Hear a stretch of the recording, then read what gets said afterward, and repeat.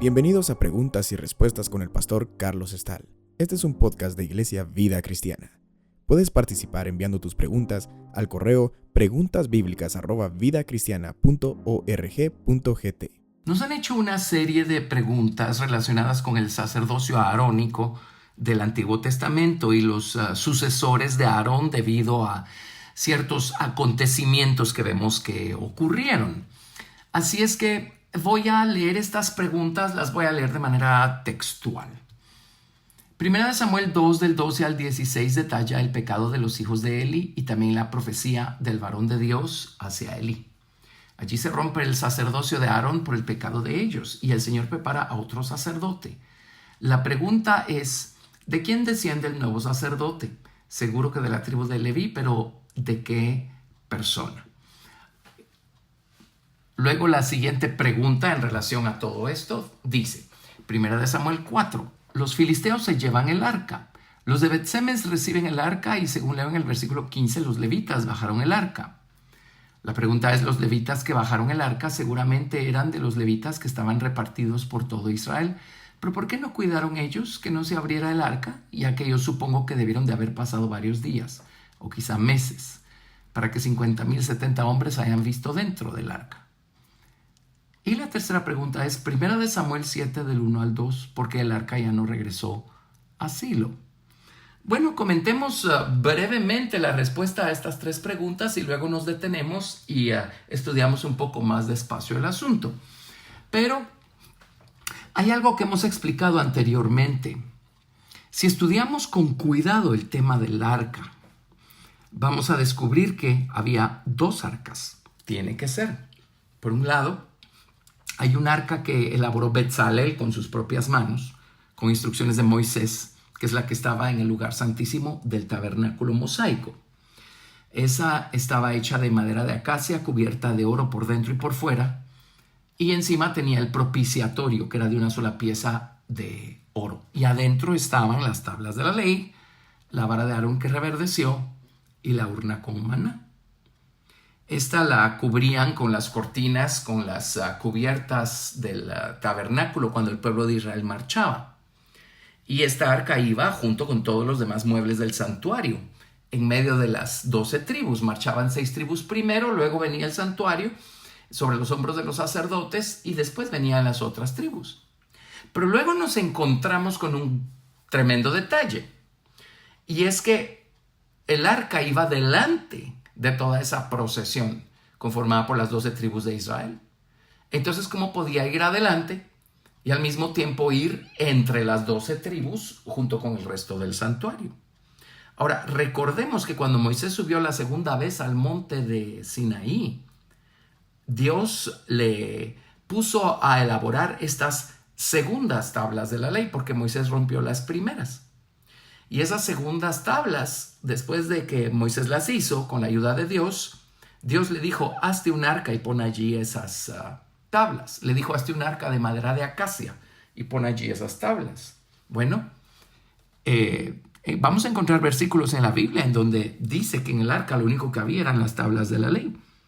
Entonces, ¿cómo puede por un lado decir que estaba la urna con maná, la vara de Aarón que reverdeció y las tablas de la ley en el arca, y por el otro lado decir que en el arca solo estaban las tablas de la ley? ¿Cómo puede por un lado decirse que el arca estaba dentro del santuario y marchaba como parte del santuario en medio de las 12 tribus, cuando el pueblo de Israel marchaba en sus jornadas por el desierto, y por el otro lado decir que el arca iba adelante? Tiene que tratarse de dos arcas. Ya hemos elaborado al respecto y esto, por supuesto, obedece a un tremendo principio espiritual y es que Dios es cabeza de Cristo y Cristo es cabeza de todos nosotros. Así es que el arca que hizo Moisés tiene que ver con la soberanía de Dios, el Padre, y el arca que estaba en el tabernáculo tiene que ver con la soberanía del Hijo. Si trazamos el tema, si somos cuidadosos en estudiar nuestra Biblia, vamos a descubrir que el arca que tomaron los filisteos es el arca de madera de acacia, que lo único que tenía adentro eran las tablas, las segundas tablas de la ley. De esa arca no se habla nada en cuanto a que tuviera un propiciatorio. Así es que el arca estaba abierta, se podía ver adentro. No que se debiera, pero se podía. Por eso es que los hombres de Bet-Semes, vieron adentro del arca y murieron. Y sí, efectivamente debe haber pasado suficiente tiempo para que tanta gente haya visto adentro del arca. En el templo de Salomón, esa es el arca que pusieron en el santuario. Por eso Dios mandó a Salomón a hacerle querubines de madera de olivo cubiertos de oro, porque esa arca no tenía querubines o propiciatorio. Así es que eso en cuanto al arca. Y luego en cuanto a por qué cuando se robaron el arca, por qué ya no regresó a Silo donde estaba el tabernáculo, bueno, eso lo vamos a responder en un momento. Vámonos a la historia de Elí. Ahora, en la pregunta se nos dice que cuando Elí ofendió a Dios y sus hijos ofendieron a Dios, se rompió el sacerdocio de Aarón y el sacerdocio se fue para otro lado. Bueno, esto no es así. El sacerdocio siguió viniendo a través del linaje de Aarón. Dios no le quitó el sacerdocio a Aarón y a sus descendientes. Lo que tenemos que hacer es trazar un poquito la historia de los descendientes de Aarón y ver cómo el sacerdocio se mantuvo. A quien Dios reprendió fue a Elí y a sus hijos Ofni y Fines. Y si leemos la historia la vamos a encontrar, por supuesto, en Primera de Samuel. Y cuando Dios llamó a Samuel, Dios se proveyó a sí mismo, por así decirlo, de un sacerdote, de un profeta y de un juez en Samuel, porque Elí ya era un sacerdote que estaba muy viejo y sus hijos hacían atrocidades en el tabernáculo de reunión, abusaban de las mujeres que velaban a la puerta del tabernáculo, no respetaban las ofrendas que la gente le llevaba a Dios y ellos se quedaban con la porción que tenía que irse al altar y tenía que serle presentada al Señor. Los hijos de Elí son descritos en 1 Samuel capítulo 2 como que eran hombres impíos. Se llamaban Ofni y Fines. Así es que el hecho es que los filisteos vinieron y en esta famosa batalla capturaron el arca, se la llevaron. Y cuando Elí supo que a esta batalla fueron Ofni y Fines, los sacerdotes de Israel, los hijos de Elí, porque los israelitas dispusieron que si el arca llegaba con ellos al campo de batalla, ellos iban a obtener la victoria. Y esto se parece a muchos de nosotros que usamos las cosas de Dios únicamente como amuleto, no importa cómo las tratemos. El hecho es que Dios no les iba a dar la victoria solo porque llevaban el arca al campo de batalla, mucho menos sobre los hombros de Ofni y Fines, que eran hombres impíos. Así es que en la batalla murieron Ofni y Fines, los filisteos tomaron el arca y cuando la noticia le llegó a Elí, Elí se desnucó y se murió. Pero la esposa de Elí estaba esperando hijo. Cuando la esposa de Elí supo que se murieron Ofni y Fines y se murió Elí, ella dio a luz al hijo que estaba esperando y el niño se llamó Icabod. Icabod significa traspasada, es la gloria de Israel, se fue la gloria de Israel. Pero el hecho es que todavía Elí tuvo descendencia en Icabod. Y todavía hubo sacerdotes que descendían de la línea de Elí a través de Icabod. Dios dijo a Elí que su descendencia ya no iba a ejercer el sacerdocio. Dios le quitó a Elí el sacerdocio porque Elí no estaba honrando a Dios. Y sus hijos no estaban honrando a Dios. Así es que Dios no iba a honrar a los que le deshonran. Así es que Elí se iba a quedar sin sacerdocio a causa de Ofni y Fines.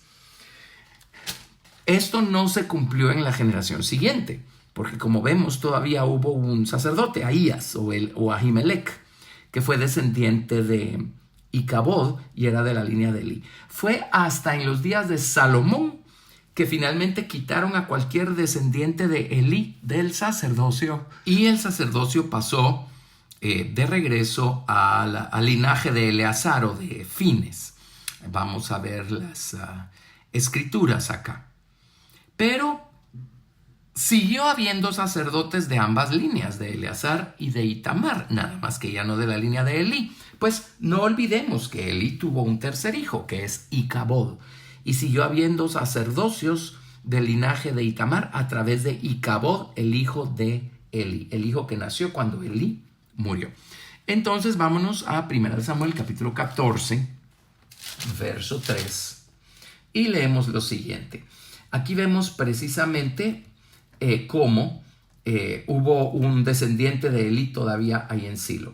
Y Ahías, hijo de Ahitob, hermano de Icabod, hijo de Fines, hijo de Elí, sacerdote de Jehová en Silo, llevaba el efod, y no sabía el pueblo que Jonatán se hubiese ido.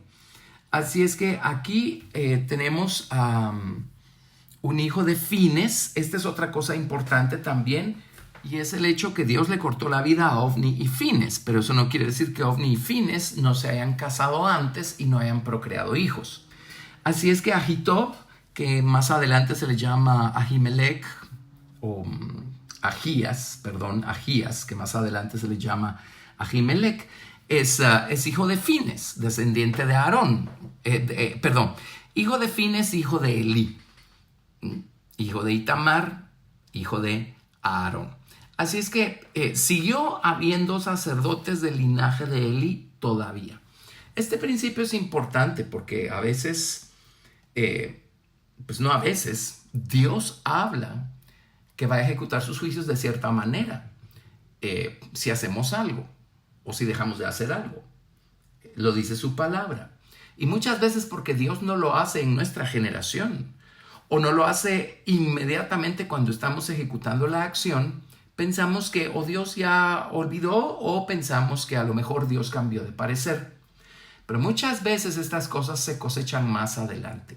A veces estas cosas se cosechan 1, 2, 3, 4 generaciones después. Es por esto que la Biblia dice que Dios visita la maldad de los padres sobre los hijos y sobre los hijos de los hijos hasta la 3ª y 4ª generación de los que le aborrecen. Entonces, los hijos de Elí, Ofni y Fines que murieron, ellos tuvieron hijos. Todavía hubo sacerdotes del linaje de ellos. Y cuando se murieron todos ellos, nació Icabod, este hijo que ya nunca conoció Elí. Y de Icabod también hubo descendencia que ejerció el sacerdocio. Bueno, vámonos a la tercera pregunta, que es por qué cuando los filisteos se robaron el arca y se la llevaron a sus ciudades, finalmente la devolvieron. Pero nunca regresó el arca a Silo. ¿Qué pasó con Silo? Esto es muy importante también. La Biblia no nos dice exactamente cómo sucedió, cuándo sucedió, pero sí nos dice claramente que Dios destruyó a Silo, esa ciudad sacerdotal donde estuvo el tabernáculo por tantos años en la tierra de Canaán. Dios destruyó Silo, probablemente en conexión pues con estas tremendas ofensas que cometieron Elí y sus hijos, Ofni y Fines.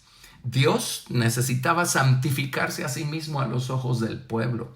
Y con esta acción el Señor dejó saber al pueblo de Israel que Él no va a tolerar semejante irrespeto a su nombre y a sus cosas. Así es que Silo fue destruido. Ya no hubo más mención de Silo en la Biblia. Y pues los sacerdotes tuvieron que tomar el tabernáculo y moverlo de Silo a Gabaón. En tiempos de Salomón encontramos que Salomón siempre iba a Gabaón a buscar a Dios. Era el lugar alto favorito de Salomón porque allí se encontraba el arca, allí se encontraba el santuario, allí se encontraba el tabernáculo. El profeta Jeremías nos habla de la destrucción de Silo. Esta es toda la información que tenemos al respecto de eso, suficiente para darnos cuenta que Dios destruyó Silo, Dios juzgó ese lugar. Vamos a leer Jeremías capítulo 7 del verso 12 al 14. Andad ahora a mi lugar en Silo, donde hice morar mi nombre al principio, y ved lo que hice por la maldad de mi pueblo Israel. Ahora pues, por cuanto vosotros habéis hecho todas estas obras, dice Jehová, y aunque os hablé desde temprano y sin cesar, no oísteis, y os llamé y no respondisteis. Haré también a esta casa sobre la cual es invocado mi nombre, en la que vosotros confiáis, y a este lugar que di a vosotros y a vuestros padres, como hice a Silo. Y en tiempos de Jeremías, Jeremías está profetizando acerca de la destrucción que iba a venir sobre Jerusalén y sobre el templo por mano de los romanos, por mano de los caldeos, por mano de los babilonios, por mano de Nabucodonosor. Y Dios está poniendo a Silo como ejemplo y dice, así como me ofendieron cuando mi santuario estaba en Silo y yo destruí Silo, así me han ofendido ahora que el templo está en Jerusalén. Yo voy a destruir Jerusalén y voy a destruir el templo. Y efectivamente ocurrió en días de Jeremías. Más adelante en Jeremías capítulo 26, del verso 6 al 9, nuevamente leemos. Vamos a ver, leamos desde el verso 4. Jeremías 26, del verso 4 al 9. Les dirás pues, así ha dicho Jehová, si no me oyereis para andar en mi ley, la cual puse ante vosotros, para atender a las palabras de mis siervos los profetas, que yo os envío desde temprano y sin cesar, a los cuales no habéis oído, yo pondré esta casa como Silo, y esta ciudad la pondré por maldición a todas las naciones de la tierra. Y los sacerdotes, los profetas y todo el pueblo oyeron a Jeremías hablar estas palabras en la casa de Jehová. Y cuando terminó de hablar Jeremías todo lo que Jehová le había mandado que hablase a todo el pueblo, los sacerdotes y los profetas y todo el pueblo le echaron mano, diciendo, de cierto morirás. ¿Por qué has profetizado en nombre de Jehová, diciendo, esta casa será como Silo, y esta ciudad será asolada hasta no quedar morador? Y todo el pueblo se juntó contra Jeremías en la casa de Jehová.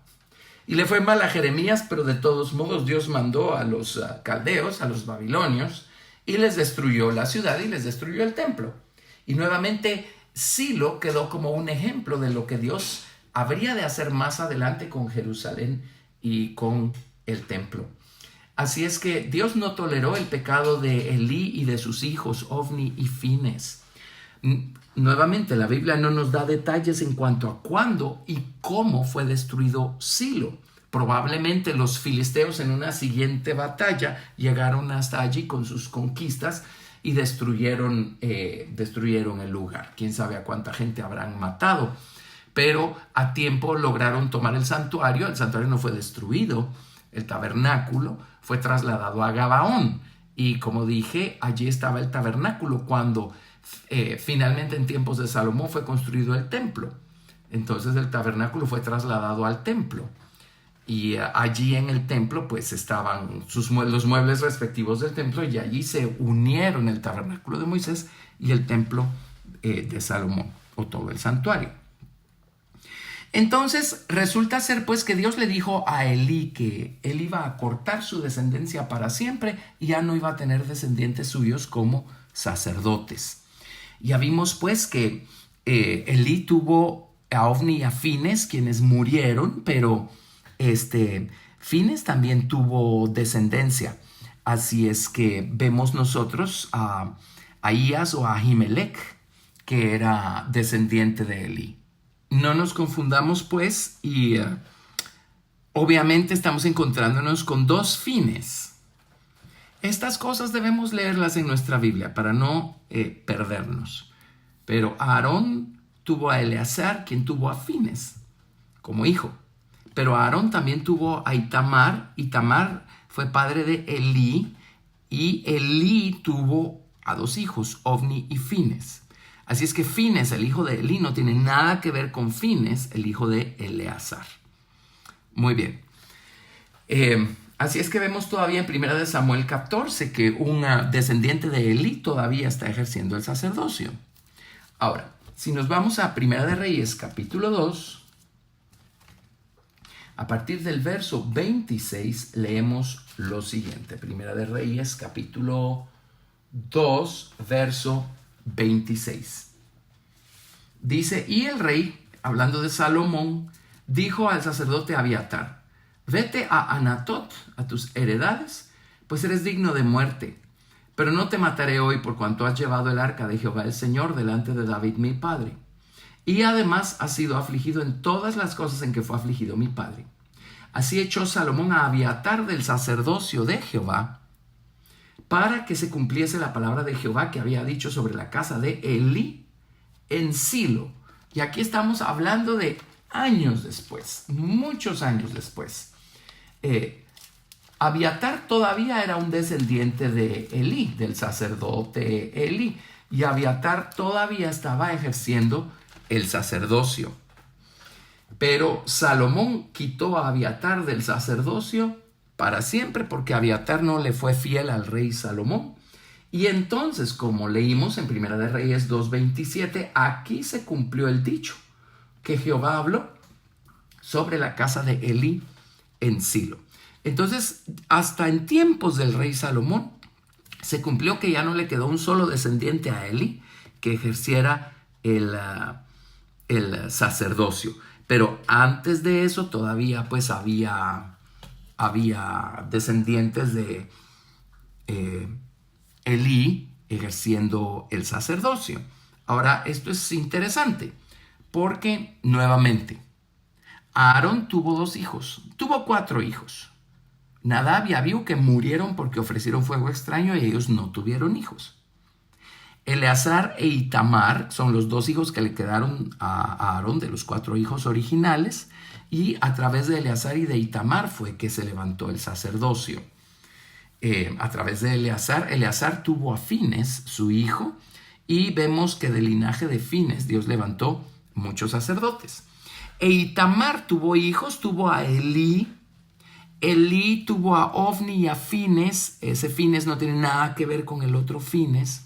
Y ellos murieron, pero ellos tuvieron hijos también. Así es que hubo descendientes de ellos que siguieron con el sacerdocio. Y hubo descendientes de Icabod que siguieron con el sacerdocio. Icabod es el tercer hijo que le nació a Elí el día que se murió Elí. Y fue el día que supo que habían matado a Ofni y a Fines. Así es que allí sigue Icabod. Quiere decir, volviendo a los hijos de Aarón, a los 2 que le quedaron, que Eleazar e Itamar sí siguieron teniendo descendencia que ejerció el sacerdocio. Si nos vamos más adelante a Primera de Crónicas capítulo 24. Primera de Crónicas capítulo 24. Se nos habla de los sacerdotes que ministraron alrededor del arca en tiempos de David. En Primera de Crónicas 24 leemos del verso 1 al 4. Dice: también los hijos de Aarón fueron distribuidos en grupos. Los hijos de Aarón: Nadab, Abiú, Eleazar e Itamar. Mas como Nadab y Abiú murieron antes que su padre y no tuvieron hijos, Eleazar e Itamar ejercieron el sacerdocio. Y David con Sadoc de los hijos de Eleazar, y oiga, y Ahimelech de los hijos de Itamar, los repartió por sus turnos en el ministerio. Así es que ambos hijos de Aarón que le quedaron vivos siguieron ejerciendo el sacerdocio. Del lado de Itamar fue Ahimelech el que siguió ejerciendo el sacerdocio. Y dice en el verso 4: y de los hijos de Eleazar había más varones principales que de los hijos de Itamar, y los repartieron así: de los hijos de Eleazar 16 cabezas de las casas paternas, y de los hijos de Itamar por sus casas paternas 8.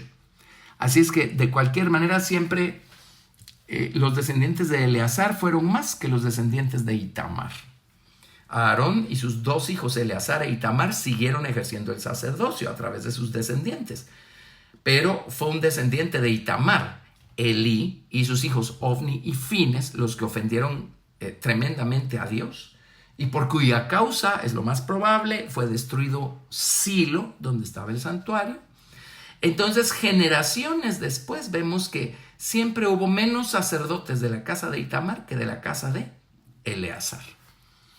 En 2 de Samuel 8:16 les leo lo siguiente. 2 de Samuel 8, verso 16, nos dice, vamos a ver, desde el verso 15: y reinó David sobre todo Israel, y David administraba justicia y equidad a todo su pueblo. Joab, hijo de Sarvia, era general de su ejército, y Josafat, hijo de Ahilud, era cronista. Sadoc, hijo de Ahitob, y Ahimelech, hijo de Abiatar, eran sacerdotes. Seraías era escriba, Benaía, hijo de Joiada, estaban sobre los cereteos y peleteos, y los hijos de David eran los príncipes. Así es que aquí tenemos a Sadoc, que es del linaje de Eleazar, y tenemos a Ahimelech, que es del linaje de Itamar. Entonces, ambos hijos de Aarón siguieron a través de sus descendientes ejerciendo el sacerdocio. Ahora hay una nota muy importante e interesante también acá, que apoya o sigue apoyando el principio de cómo Dios, cuando habla maldición, no necesariamente va a cumplir de manera inmediata su palabra. Maldecir algo es destinarlo a ser destruido. Y de esta manera Dios destinó a Elí y a su descendencia, más bien a el sacerdocio en el linaje de Elí, a ser destruido o eliminado. Como vemos, eso ocurrió un par de generaciones después, hasta en tiempos del rey Salomón. Pero igualmente, cuando Dios habla de bendecir, no necesariamente se va a referir a hacerlo, así como Dios lo dice, en la persona o la generación de la persona a quien Dios le hizo la promesa. A lo mejor Dios lo va a cumplir en toda su plenitud varias generaciones después. Y acá tenemos el caso de uno de los hijos de Eleazar, que fue Fines. Recuerden, hay dos Fines. Hay uno que murió, que era hijo de Elí, que era impío. Y esos eran descendientes de Itamar, hijo de Aarón. Pero hay otro Fines. Él fue una persona piadosa, llena de celo por Dios, hijo de Eleazar, hijo de Aarón. Este Fines, el bueno, tenemos su historia en Números capítulo 25. Y acá el pueblo de Israel comenzó a fornicar con las hijas de Moab. Y pues Dios se enojó con ellos y Dios ejecutó sus juicios. Y Fines vio como un israelita tuvo la desvergüenza de tomar a una muchacha moabita y llevarla a su tienda. Entonces Fines los alanceó a ambos, lleno de celo de Dios. Y esto que Fines hizo que cesara la mortandad que ya había empezado en el campamento. En Números 25, a partir del verso 11, leemos: Fines, hijo de Eleazar, hijo del sacerdote Aarón, ha hecho apartar mi furor de los hijos de Israel, llevado de celo entre ellos, por lo cual yo no he consumido mi celo a los hijos de Israel. Por tanto, diles: he aquí yo establezco mi pacto de paz con él, y tendrá él y su descendencia después de él el pacto del sacerdocio perpetuo, por cuanto tuvo celo por su Dios e hizo expiación por los hijos de Israel. Así es que aquí Dios bendijo a Fines. Así como Dios maldijo a Elí y su casa, Dios bendijo a Fines y a su descendencia o su casa. Y dijo que del linaje o de la descendencia de Fines nunca iba a faltar un sacerdote. Y Dios lo cumplió. Por ejemplo, Esdras. Esdras era descendiente de Fines en esa época en la que volvieron de Babilonia a reconstruir el templo. Esdras era del linaje de Fines. Eso lo vemos en el capítulo 7, del verso 1 al 6 del libro de Esdras. Aquí vemos nosotros su árbol genealógico.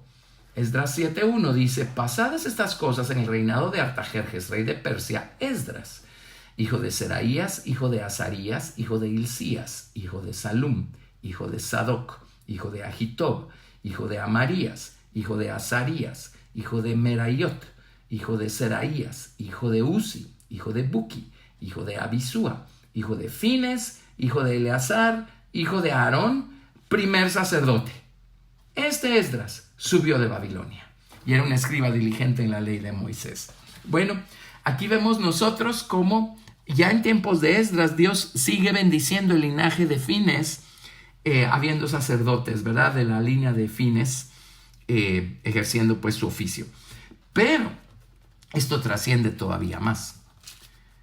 En el milenio, el Señor Jesucristo, según el libro de Zacarías, va a edificar un templo. Hay razones para eso.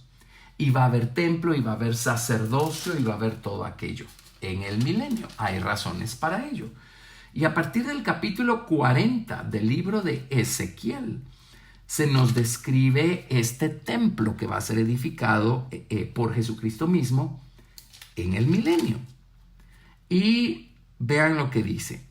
Ezequiel 40, verso 46. Y la cámara que mira hacia el norte es de los sacerdotes que hacen la guardia del altar. Estos son los hijos de Sadoc, los cuales son llamados de los hijos de Levi para ministrar a Jehová. Mire, en el milenio, los hijos de Sadoc era descendiente de Fines, hijo de Eleazar, hijo de Aarón. En el milenio todavía van a estar cosechando la bendición que Dios le habló a Fines, que de su descendencia iba a haber siempre un sacerdote. Él hizo un pacto de sacerdocio perpetuo. Y en el milenio es el linaje de los hijos de Sadoc, hijos de Fines o descendientes de Fines, los que van a estar ejerciendo el sacerdocio.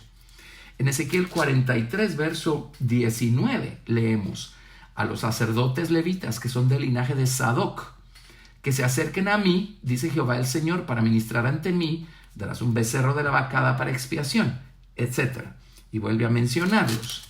En Ezequiel 44, verso 15 dice: mas los sacerdotes levitas, hijos de Sadoc, que guardaron el ordenamiento del santuario, cuando los hijos de Israel se apartaron de mí, ellos se acercarán para ministrar ante mí, y delante de mí estarán para ofrecerme la grosura y la sangre, dice Jehová el Señor.